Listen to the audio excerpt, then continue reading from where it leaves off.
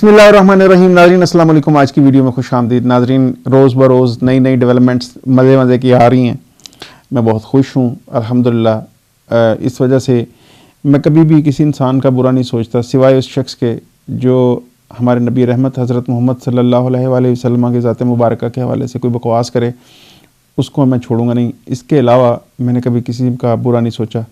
اگر یہی انجینئر مرزا اچھا کام کر رہا تھا تو اچھا کام کرتا رہتا, دین اسلام کی تبلیغ کرتا, پیسہ بھی کماتا, اتنے مولوی کما رہے ہیں یہ بھی کماتا, ہمیں کوئی اعتراض نہیں تھا. لیکن جب اس کی زبان کتے والی زبان بن گئی تو پھر مجبوراً ہمیں بولنا پڑا.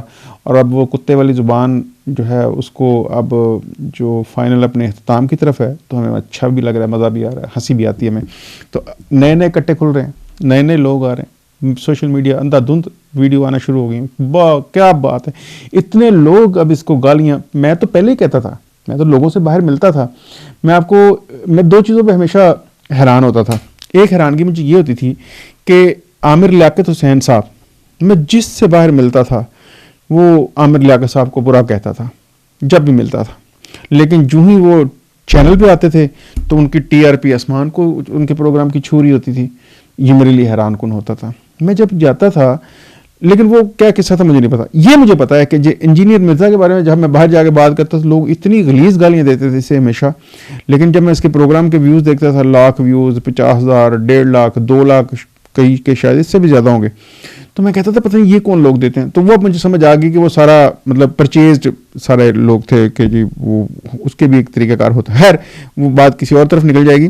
آئیے آج کی ایک نئی ویڈیو میرے سامنے ہے. یہ ایک چینل ہے عبدالغفور خان صاحب, اس پہ یہ ہے انجینئر مرزا کی ولدیت.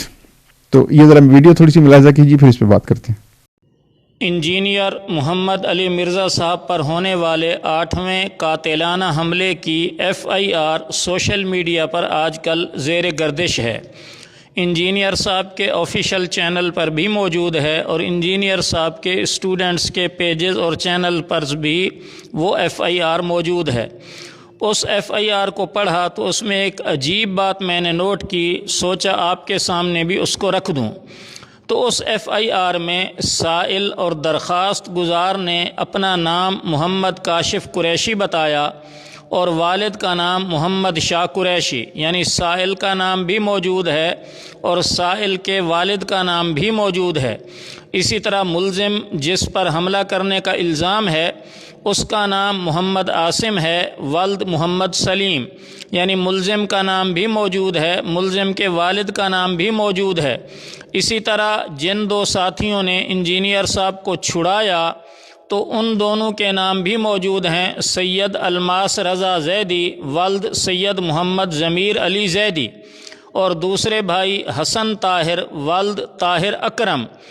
تو یہاں پر سائل کا نام, سائل کے والد کا نام, ملزم کا نام, ملزم کے والد کا نام, چھڑانے والوں کا نام, ان کے والد کا نام, سب کی ولدیت مذکور ہے.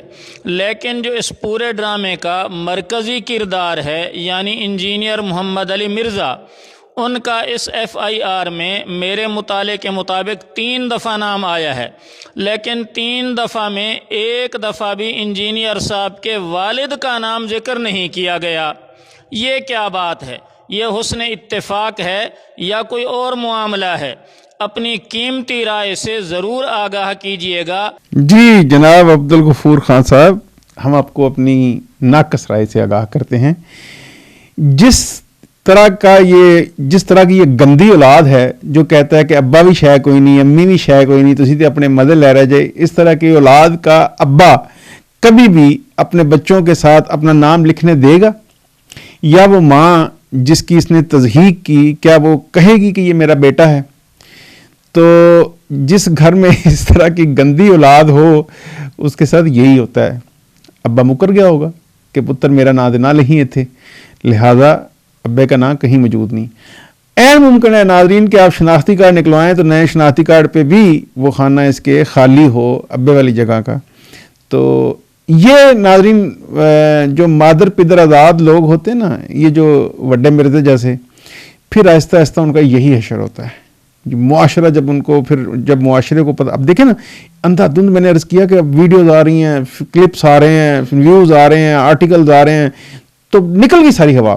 اب بس اس کی وہ بکواس ہے، وہ سن لیں جتنی مرضی، لیکن 0 سے ملٹیپلائی ہو چکا. اب یہ ولدیت کا بھی رولہ بن گیا ہے.